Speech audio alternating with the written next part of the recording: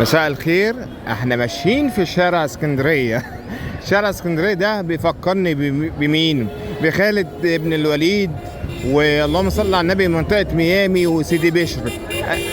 وبرضه هنا هيبقى مشهور. انا مش عارف ليه مشهور عشان زحمة ولا عشان ايه بالظبط.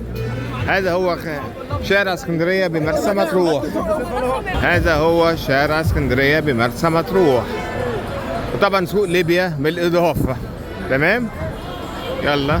هريسة ايه؟ هريسة احمد حسنين، ما شاء الله. يلا، ده للذكرى الجميلة الطيبة. يلا اهو، تعال ورايا اهو اهو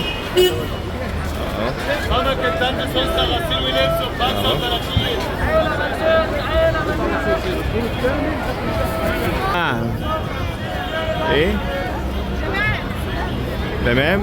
هو ده كده، ده اخره كده شارع اسكندريه، محلات، ناس ماشيه وخلاص. على ده زي 6 اكتوبر كده في اسكندريه. اجمل حاجه هنا القمر، احنا عايزين نشوف القمر بس. اهو